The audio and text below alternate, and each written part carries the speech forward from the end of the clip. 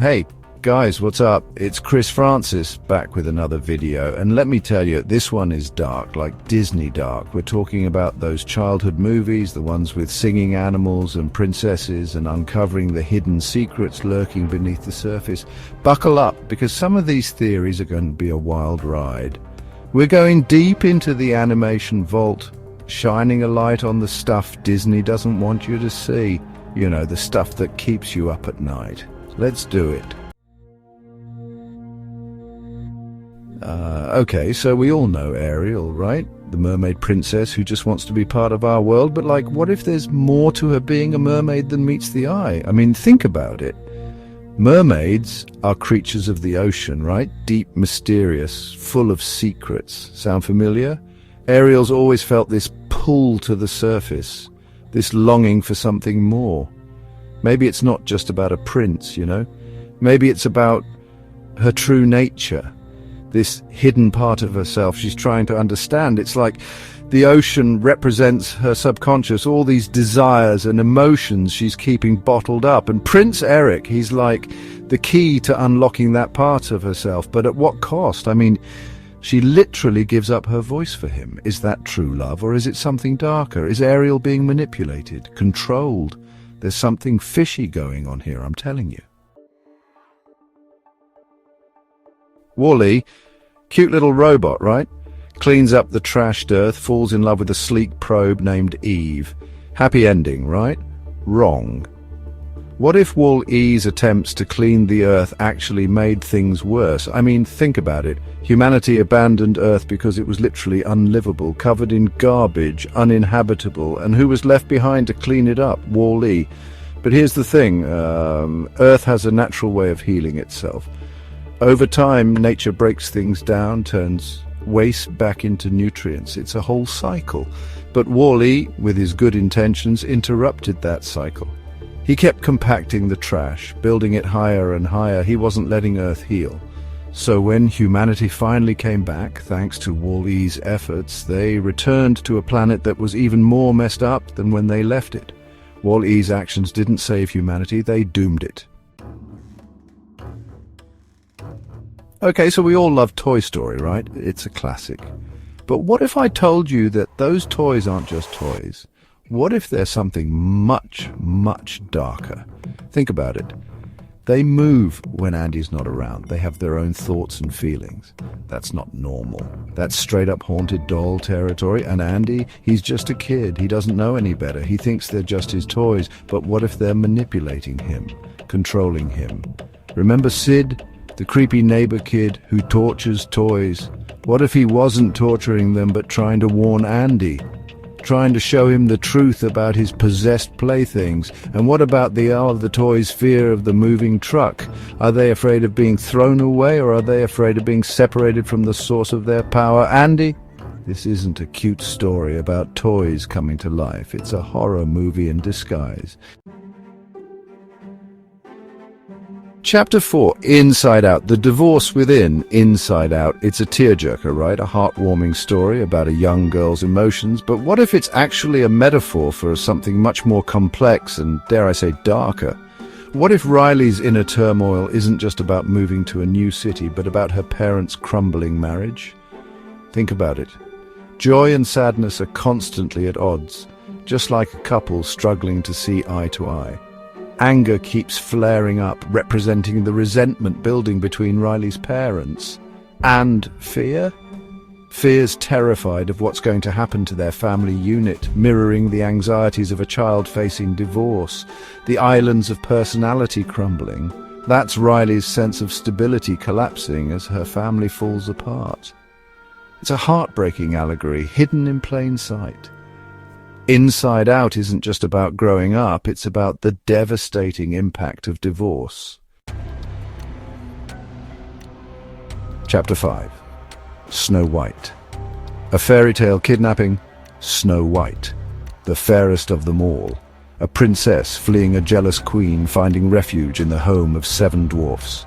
But what if those dwarfs weren't so friendly? What if Snow White wasn't saved, but kidnapped? Think about it. 7 grown men living alone in the woods? That's a little suspicious, right? and they just happen to stumble upon a beautiful, unconscious princess. Too good to be true. They take her in, sure, but they make her cook and clean. They keep her isolated, away from the outside world. Is that kindness, or is it control and the poisoned apple? What if it wasn't the Queen's doing, but the dwarf's way of keeping Snow White trapped forever? It's a dark twist on a classic tale. Snow White isn't a story about finding true love. It's about being held captive by 7 creepy little men. Chapter 6. Rapunzel, locked in a tower of oppression, tangled. It's a fun, adventurous reimagining of Rapunzel, right? But beneath the catchy songs and glowing hair, there's a dark truth about control and oppression. Rapunzel's tower isn't just a physical prison, it's a metaphor for the societal constraints placed upon women. She's trapped by Mother Gothel, a manipulative figure who dictates her every move. Her long hair, often seen as a symbol of beauty and femininity, is used as a tool of control, binding her to the tower and to Gothel's will. The outside world represents freedom and independence, something Rapunzel desperately craves but is constantly denied. Even Flynn Rider, initially portrayed as a charming rogue, tries to control Rapunzel, urging her to stay hidden for his own safety. Tangled isn't just a fairy tale. It's a reflection of the struggles women face against a society that seeks to limit their potential. Beauty and the Beast. A tale as old as time, right? But what if the Beast wasn't always a beast? What if his monstrous appearance hides a dark and violent past? The Beast is a prince cursed for his arrogance. But what if that curse was for something far more sinister? The enchanted objects hint at a lavish lifestyle, but what if those celebrations masked a cruel reign? The Beast's temper is legendary. Is it just the curse or a glimpse into the monster he is? Belle sees the good in him. But what if she's blinded by his attempts at atonement? What if the Beast is simply trying to outrun his bloody past? It's a chilling thought. Beauty and the Beast isn't about finding love despite appearances. It's about falling for a monster in disguise. Chapter 8. The Lion King, Scar's calculated climb to power. The Lion King. A timeless story about family, responsibility, and the circle of life. But beneath the surface is a tale of betrayal and a ruthless climb to power. Scar's jealousy of Mufasa is no secret. What if Mufasa's death was a cold-blooded assassination? Scar manipulates the hyenas, promising them power. He orchestrates a stampede to eliminate Mufasa and Simba. And let's not forget his chilling line, "Long live the king." This is the declaration of a usurper. Scar's actions are driven by a lust for power. He's a master manipulator, sacrificing anyone to achieve his goals. Chapter 9. The Lion King, a legacy of patricide. The Lion King. We all cried during that stampede scene, right? But what if the tragedy runs deeper than we thought? What if this beloved Disney classic is actually a story about patricide? Stay with me here. Simba idolizes his father, Mufasa. Mufasa, the strong, noble king. But Simba's also just a cub, playful and naive. He doesn't understand the weight of responsibility, the burden of being king. And Scar plants the seed. He tells Simba he's responsible for Mufasa's death. A little cub, burdened with guilt he doesn't understand. That's messed up, right? Even when Simba grows up, the guilt lingers. He runs from his past, from the throne. He tries to forget, but you can't outrun your family legacy. And the final showdown, Simba facing Scar, it's not just about avenging Mufasa. It's about Simba confronting the guilt, the accusation that's haunted him for years. Chapter 10. The Little Mermaid. Ariel's underwater rebellion. The Little Mermaid. Yeah, we talked about it before, but there's another side to this story. What if Ariel's journey isn't about finding a man, but about finding herself, about breaking free from the patriarchy? Think about it. Ariel's trapped, confined to the ocean, controlled by her father, Triton.